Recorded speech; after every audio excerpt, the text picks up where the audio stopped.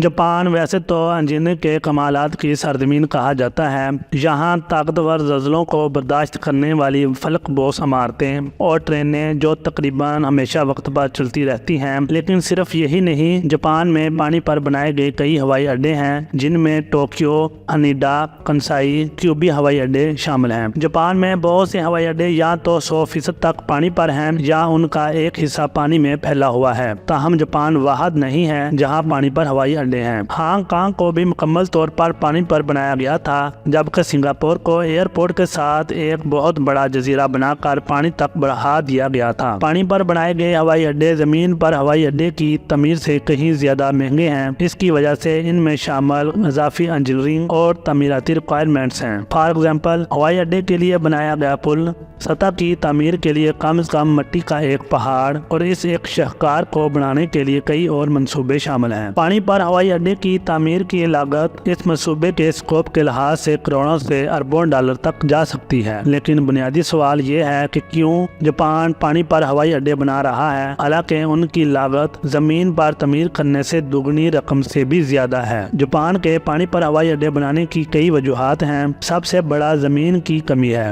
Japan اپنے گنجان آباد شہری علاقوں اور پہاڑی علاقوں کے لیے جانا جاتا ہے، جس کی وجہ سے ملک میں زمین کی قلت کے مسائل کو جنم دیا ہے۔ جاپان میں 80% پہاڑی زمین ہے اور ان پہاڑوں کے درمیان کے میدانی علاقے رہائشی اور کاروباری عمارتوں سے مکمل طور پر آباد ہیں۔ جاپان کی آبادی اس وقت تقریباً 126 ملین افراد پر مشتمل ہے، جو دستیاب زمینی وسائل پر ایک اہم دباؤ ڈالتی ہے۔ اگر زمین کا موازنہ کیا جائے تو امریکہ میں زمین کی فی پرسن تقریباً 3000 مربع میٹر ہے، جبکہ جاپان میں یہ تقریباً 3100 مربع میٹر فی ہے۔ ایئرپورٹ بنانے کے لیے زمین کا اتنا بڑا حصہ لینے کا مطلب اپنی قیمتی زمین کو چھوڑ دینا ہے، جسے کھیتی باڑی یا کسی اور کام کے لیے استعمال کیا جا سکتا ہے۔ لہذا جاپان نے اپنے سب سے بڑے قومی وسائل یعنی کہ سمندر جو اسے چاروں طرف سے گھیرے ہوئے ہیں کا استعمال کیا اور مصنوعی جزیرے بنانے کے بعد پانی پر ہوائی اڈے بنائے۔ یہ ایک بہترین حل تھا اور انہیں قیمتی زرعی زمین پر تعمیرات کیے بغیر اپنے نقل و حمل کے نیٹ ورک کو بڑھانے کی اجازت دی گئی۔ جاپان کی طرح ہانگ کانگ کی آبادی بھی بہت زیادہ ہے۔ انہوں نے جو زمین چھوڑی تھی وہ تمام پہاڑی تھی اور ان کے پاس پانی پر ہوائی اڈا بنانے کے علاوہ کوئی چارہ نہیں تھا۔ پانی پر ہوائی اڈے کی تعمیر سے منصوبے کے ممکنہ ماحولیاتی اور سماجی اثرات کو کم کرنے میں مدد ملتی ہے۔ انسانی ساختہ جزیرے پر ہوائی اڈے کی تعمیر کے ذریعے اس منصوبے نے مقامی ماحولیاتی نظام اور کمیونٹی کو متاثر نہیں کیا۔ اس نے مقامی لوگوں کے ممکنہ احتجاج کو روک دیا جو نوریڈا ایئرپورٹ کی تعمیر کے وقت ہوا تھا، جو زرعی زمین پر بنایا گیا تھا۔ لیکن ایسا نہیں ہے۔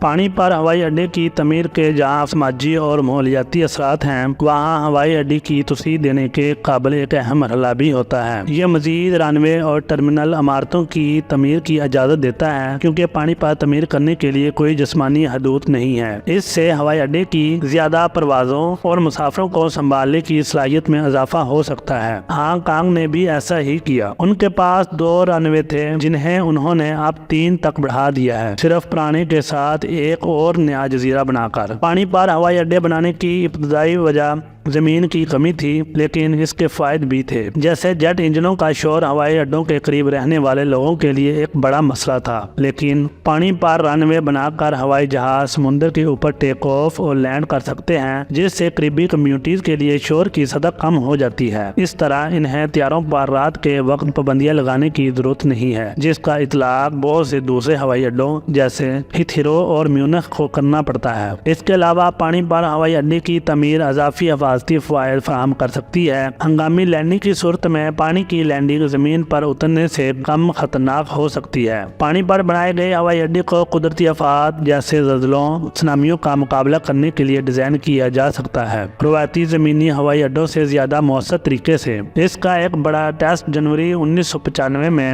کوبی کے زلزلے کے ساتھ ہوا تھا۔ یہ 1923 کے بعد جاپان کا بدترین زلزلہ تھا۔ اس میں 6000 سے زیادہ افراد ہلاک ہوئے تھے۔ زلزلے حملے کا مرکز ایئرپورٹ سے تقریباً 20 کلومیٹر دور تھا۔ اتنے ہی فاصلے پر عمارتوں کو بڑے پیمانے پر نقصان پہنچنے کے باوجود ہوائی اڈے کو تقریباً کوئی نقصان نہیں پہنچا تھا۔ اس کامیابی کا سہرا ہوائی اڈے کی تمام عمارتوں کی تعمیر میں سلائیڈنگ جوائنٹس کا استعمال ہے۔ اس سے بھی یہ ثابت ہوتا ہے کہ جاپان کا پانی پر ہوائی اڈا بنانے کا فیصلہ بہت اچھا نکلا، سوائے 2018 میں کنزائی ہوائی اڈے پر آنے والے سیلاب کے۔ تاہم اس کے علاوہ ہوائی اڈوں پر کوئی بڑی پریشانی نہیں ہوئی ہے۔ یہ ہوائی اڈے مسائل کے حل اور پائیداری بنیادی ڈھانچے کی ترقی کے عزم کے لیے جاپان کے اختراعی نقطہ نظر کی عکاسی کرتے ہیں۔ آپ کو یہ ویڈیو کیسی لگی ہے؟ اگر اچھی لگی ہے تو لائک کیجیے۔ اللہ تعالی ہم سب کا حامی و ناصر ہو۔ اللہ حافظ۔